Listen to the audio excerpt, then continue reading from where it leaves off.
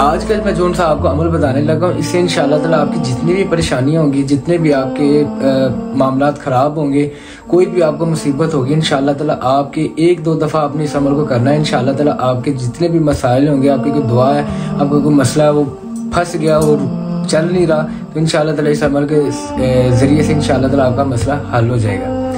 जो बंदा कहता है कि मुझे परेशानी है, मैं कोई दुआ करता हूँ, मेरी दुआ नहीं कबूल होती, आज की रात बहुत ही अच्छी रात है, आपने इस अमल को आज ही इस अमल को लाजमी करना है। और अगर मिसाल के तौर पे अगर नहीं भी आपको फ़र्क पड़ रहा, लेकिन आपने चंद दिन इस अमल को करना है। बात ये होती है जब हम किसी बंदे को बुलाते हैं कि मेरी भाई बात सुनो, एक दफ़ा बुलाते हैं, दो दफ़ा बुलाते हैं, नहीं वो बात सुनता। जब हम उसको 2, 4, 5, 10, 15, 20 मरतबा बार बार पुकारते हैं, तो वो भी फिर कहता है कि यार मैं उसकी बंदे की बात सुनूं कि ये कहना क्या चाहता है, ये क्या चाहता है। बेशक वो चाहता भी होगा ये बंदा ये फलां चीज़ चाहता है मेरे से, लेकिन वो फिर भी कुछ बंदों का ये शौक होता है कि वो कहता है कि नहीं ये मेरे अपने मुंह से मुझे इजहार करे। तो यही चीज़ ये होती है, जब आप अल्लाह ताला से मांगते हैं तो अल्लाह ताला कई दफ़ा बंदों की आदतें पसंद आ जाती, कोई अदा ऐसी पसंद आ जाती, तो अल्लाह ताला चाहते हैं कि वो ये बंदा मेरे से बार बार ऐसे ही मांगे, मुझे इसका तरीका बहुत पसंद आ गया। ठीक है, तो इस वजह से कुछ लोगों को, ये मेरे एक तजर्बे की बात है जो मैंने आपसे शेयर की है, काफ़ी लोग अमलियात करते हैं लेकिन उनको फ़ायदा हासिल नहीं होता, और कुछ बंदों के ऊपर जादू टूने के असरात होते हैं, उस वजह से भी उनको फ़ायदा हासिल नहीं होता। तो ये बातें जितनी भी है बहुत ज़्यादा ज़रूरी है। जो भी बंदा अमल ये करना चाहता है वो कमेंट बॉक्स में या अल्लाह या मोहम्मद अपना पूरा नाम लिख दिया करे। हमारी तरफ से रूहानी तौर पर इजाज़त है, और वीडियो को अभी से लाइक कर दें, और सदके के नियत से लाजमी लोगों को वीडियो को लाजमी शेयर किया करें।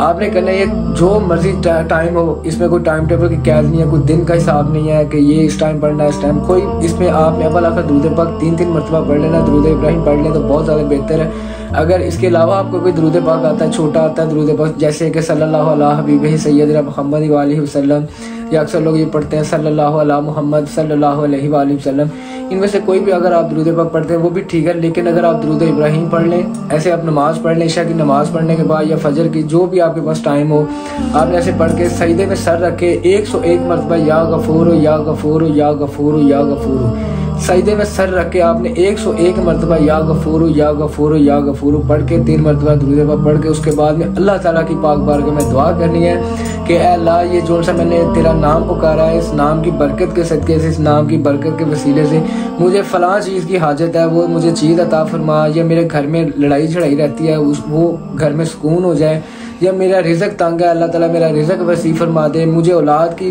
टेंशन है, मेरे घर में औलाद नहीं है, मुझे अल्लाह ताला औलाद अता फरमा। और अगर उसकी औलाद है तो वो फर्मा बरदार नहीं है, तो अल्लाह ताला इस नाम के सदके से, इस नाम के वसीले से आपको अपनी शान के मुताबिक अल्लाह ताला हमें मेरी जो सी औलाद है वो फर्मा बरदार हो। इसी तरह आपने ये दुआ कर लिया करनी है, इंशाअल्लाह ताला आपके मसले झटपट में हल होना शुरू हो जाएंगे। शिफा देने वाली ज़ात और अता करने वाली ज़ात वो सिर्फ़ और सिर्फ अल्लाह ताला की ज़ात है, इसके अलावा कोई चीज़ नहीं है, ना कोई जिन, ना कोई वली, ना कोई गौस, ना कोई कुतुब, ना कोई अब्दाल, ना कोई कलंदर। अगर इन लोगों के पास जाके लोगों को अगर शिफा आती है, मेरी अक्ल के मुताबिक जो मैंने चीज़ सर्च की है, हमारे पास भी बड़ी दुनिया आती है जो लाइलाज बीमारी होती है, जिनकी किसी को समझ नहीं आती, वो ठीक हो जाती है। वो शिफा कौन देता है? अल्लाह ताला। हमारे पास किसी के पास कोई गिद्दड़ सिंगी नहीं होती है, ये सिर्फ अल्लाह ताला की अता होती है। बस अल्लाह ताला ने 4 दिन के लिए उस बंदे को इज्जत देनी होती है, तो शिफा अल्लाह ताला ने देनी होती है, बंदे के नंबर बन जाते हैं। बस इससे बड़ी और कोई बात नहीं है। जो शिफा है वो अल्लाह ताला के पास है, और अल्लाह ताला से मांगा करें, ना कि ये जिन्नों चुड़ैलों से। जो लोग मुझे अक्सर फ़ोन करते हैं, मुझे परी दे दो, परी दे दो, मुझे मैं कर्जे में फंस गया हूँ, मेरे ऐसे वैसे, मेरे परी आ जाएगी तो मुझे पैसे दे देगी, ऐसे कोई बात नहीं है। ये सब लोग झूठ बोलते हैं। हर बंदे ने जो सच बोलना उसने अपनी कब्र पे जाना है, जो झूठ बोलेगा उसने अपनी कब्र में जाना है। तो आप अपना भी दिमाग इस्तेमाल किया करें। वैसे तो काफ़ी लोग छोटी छोटी बातों से वो कहने लग जाते हैं ऐसे वैसे फलाना, जो जिस जगह पे बोलना चाहिए वहाँ पे वो लोग बोलते नहीं हैं। मेरी बातें करने का मकसद, ये सारी एक्सप्लेन बातें करने का मकसद ये होता है कि शायद किसी बंदे की कोई बात, मेरी बात किसी बंदे की समझ में आ जाए और वो अपना रास्ता इख्तियार कर ले। बहरहाल अगर रह गई हमारे से लोग इलाज करवाना चाहते हैं, वो इसलिए आप वीडियोस में बताते हैं क्योंकि बहुत ज़्यादा कॉल्स वगैरह आती हैं, बहुत ज़्यादा मैसेजेस आते हैं कि वो कहते हैं कि आप हमारा इलाज करें। हमसे इलाज करवाने के लिए हम उनका इलाज फ्री नहीं करते। अगर वो चाहते हैं कि फ़ौरन आराम आए, शर्त ये है, अगर वो कहता है कि हमें फ़ौरन उसी वक्त ऐसे किया तो आराम आ गया, उसके लिए वो हमारी फ़ीस है। और वो जब वो फीस भी लीला जो सा वो इस चैनल की हद तक है। अगर वो बंदा कहता है कि हमें फौरन रिजल्ट चाहिए, उसकी फीस है।